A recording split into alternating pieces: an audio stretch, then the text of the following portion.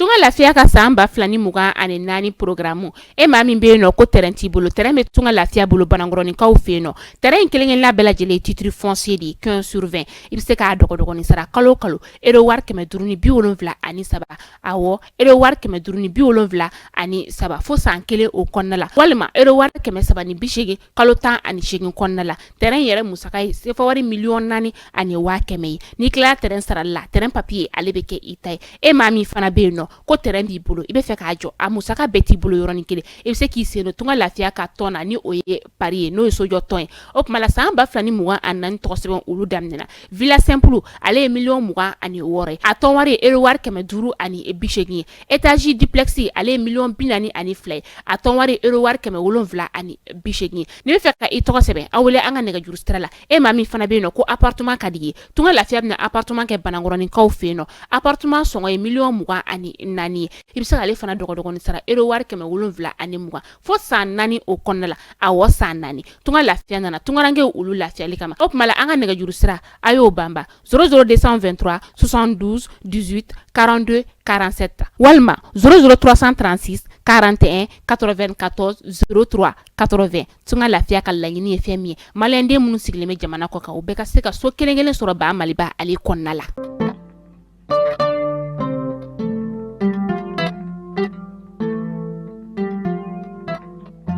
biye tarata marsikalo klitan fla samba flan mo wan sabah amun sogolindo ana maliko no maliko ka maliko no fini bulola sirofe o bela jirle nyatuma o bismillah ka kuno fini o keneka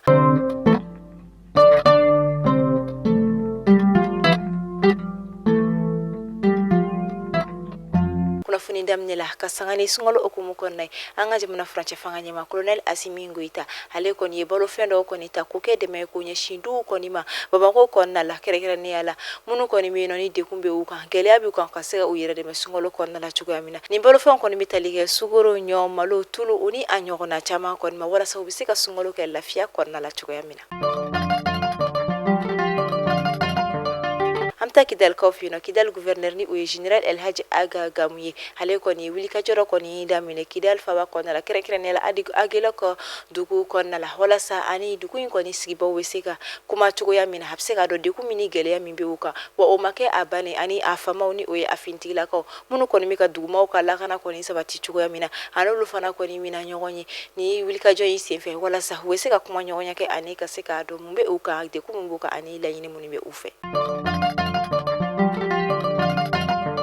samba fla ani muga ani saba konna la sefa wari miliyari kele million ke benani boyanko ore koni taraka do gawo region koni laptan so koni na ne kuna funia dila cardo marsikalo klitan samba fla ani muga ani nani feminye uka conseil d'administration o koni sigiko muga ani kele la keneka sigimi koni keneka ukumara uka wulika jo anu yibara min koy samba fla ani muga ani saba konnala wo kofe wulika jo munu koni sigleno senka wala sa ubina baro ke chuga mina samba fla ani muga nani konnala dadora ukuma ufanana amta kajulo cercle konna la kabini kalo chama de gumu koni mbeno ko o sababu konti do warayi wari ko tanyade koni mbe uke ni kula funia koni soro la kasangani kajulo cercle koni préfet ka wuli ka joye wala sa ka sega kajulo dugu miseni bela jirale yala ka sega adiku ani baraw ta chuko koni don dugu konna la ore koni sefe ayira la ka foko kabini samba fla ani woro wakati fere munu koni tun sigira sinka wala sa musokoroma munu koni mena kajulo cercle la ni uka tiunka gelen ko sebe wala sa ka seku blakata sika so docteur so ba konina ko o waru koni yere la kataka sifo semi sefa wari million woro boyan korila ni kuna funya nun koni jira ni marabulo koni nyema koni fe ode kama femi préfère koni ye kalo saba de la koni diko ukujila jajuru nun kaseka sara okonnala amta kay kaw fieno ni wakati na femi kay centre d'animation pédagogique ni oye kapi rive gauche o mata ani woro bonyanko hulu koni taratola femi retraite kon o sife boya masegi jonjo kon taraka duma minu koni kirani attestation koni o koni sife femi kapu directeur yemi yerebna ta retraite la akoni kumata ay ayira ka fo ale wasale koni bita retraite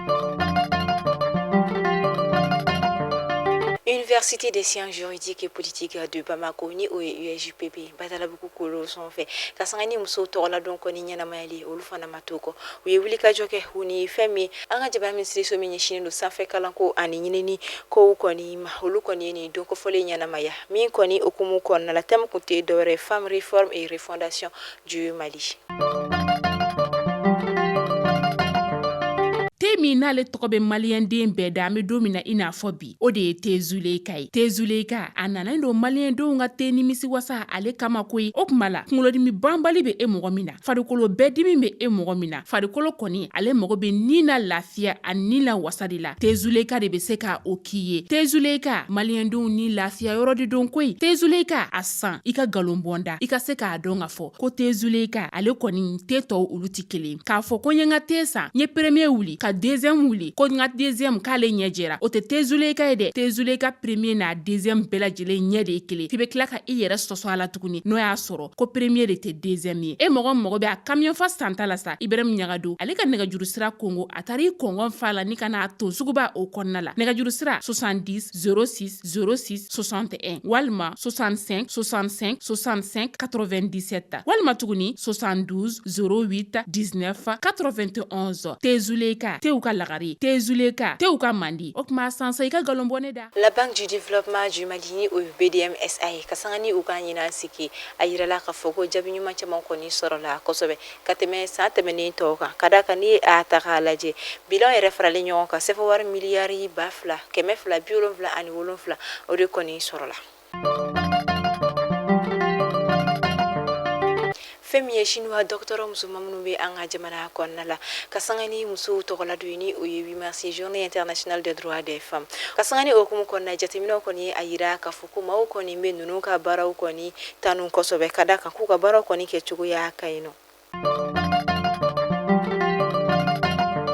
Kasangani muso tɔgɔla don ɲɛnamayali kɔni an ka jamana ministre min ɲɛsinnen don kɛnyɛrɛye kɔni baroma ni o ye ministre de l'entrepreneuriat féminin ni o ye madame Bakayogo Aminata Traoré a ye a yira k'a fɔ musow kɔni ka kɛnyɛrɛye bara ni o ye entrepreneuriat ko o jɔda ka bon kosɛbɛ jamana kɔnɔna la ani adamadenya yɛrɛ kɔnɔna la wa o kama a ye a yira k'a fɔ ko jamana ɲɛmaw kɔni kan ka musow dɛmɛ minnu kɔni bɛ kɛnyɛrɛye baaraw kɛ ni o ye entrepreneur ye.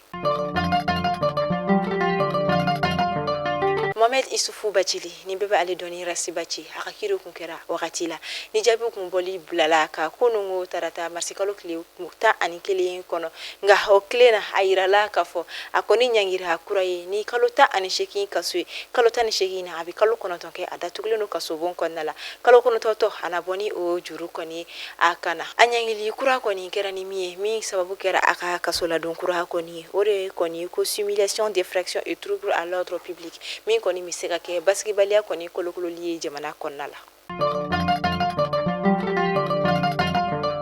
Ni wagati na an ka jamana famaw kɔni bɛ ka fɛɛrɛw sigi sen kan walasa ka se ka baaraw kɔni don ba la min bɛ tali kɛ bolo fara la sɛnɛ baloko kuranko jiko fo ka taga se nakɔ sɛnɛ ani sɔrɔko olu caman walasa ka se ka baaraw kɔni dayɛlɛ cogo min na sifidakaw ye an ka jamana kɔnɔna la. Amanga bi kunnafoniya kuncɛ farikolo ɲɛnajɛ bina kun kan sibiri marsikalo tile 9 sanba 2024 centre olympique africa de Banakabugu kɔnɔna la o kɔni kɛra final ye min kɔni open ep kɔni ta ko fɔlɔ baaraw ye baaraw kɔni kuncɛra centre olympique africa kɔnɔna la Banakabugukaw fɛ yen nɔ. Fédération malienne de basketball ni o ye FMBB olu kɔni sibiri do marsikalo tile 9 sanba 2024 fɛn min ye super coupe ye o baaraw kɔni nu do la palais des sports Salamatu Maïga kɔnɔna la min kɛnɛ ka stade malien ale ni Real fo ka taa se joliba olu kɔni musolakaw bɛna ɲɔgɔn sɔrɔ. Ni a baaraw nu donna kabini marsikalo tile 4 ka kuncɛ marsikalo tile 7 stade du 26 mars la yirimajɔkaw olu fɛ yen nɔ passage de grade ceinture noire kung fu wushu o baaraw kɔni kun bɛ sen na min kɔni kɛnɛ ka candidat kɔni kun bɛ tijɔ fɔ mɔgɔ 456 bɔɲanko o la mɔgɔ 316 olu kɔni kun bɛ ka taa première dan na 92 olu kun bɛ ka taa deuxième dan na 26 olu kun bɛ ka taa troisième dan na mɔgɔ 16 olu kun bɛ ka taa quatrième dan na wa o kɔfɛ mɔgɔ 4 olu kun bɛ taa 5e dan na mɔgɔ 2 olu kun bɛ taa 6e dan na nka jaabiw bɛɛ lajɛlen kɔni kɛra jaabi jumɛn ka d'a kan bɛɛ lajɛlen kɔni passera ka taa i ka grade kofɔlen kɔni na i ka dɔn ɲina promotion kɔni ale tɔgɔ taara ka da maître Cheikh Amadou Bambala ni ale yɛrɛ ceinture noire 7e dan ni kung fu la ni de bɛ dan sigi aw ka bi kunnafoniyaw la an b'a fɔ aw ni ce a ka lamɛnni ko ɲuman na ala ka sunkalo timɛ ko ɲuman di an bɛɛ lajɛlen ma aw ka misini ni ala ma basi kɛ ni aw la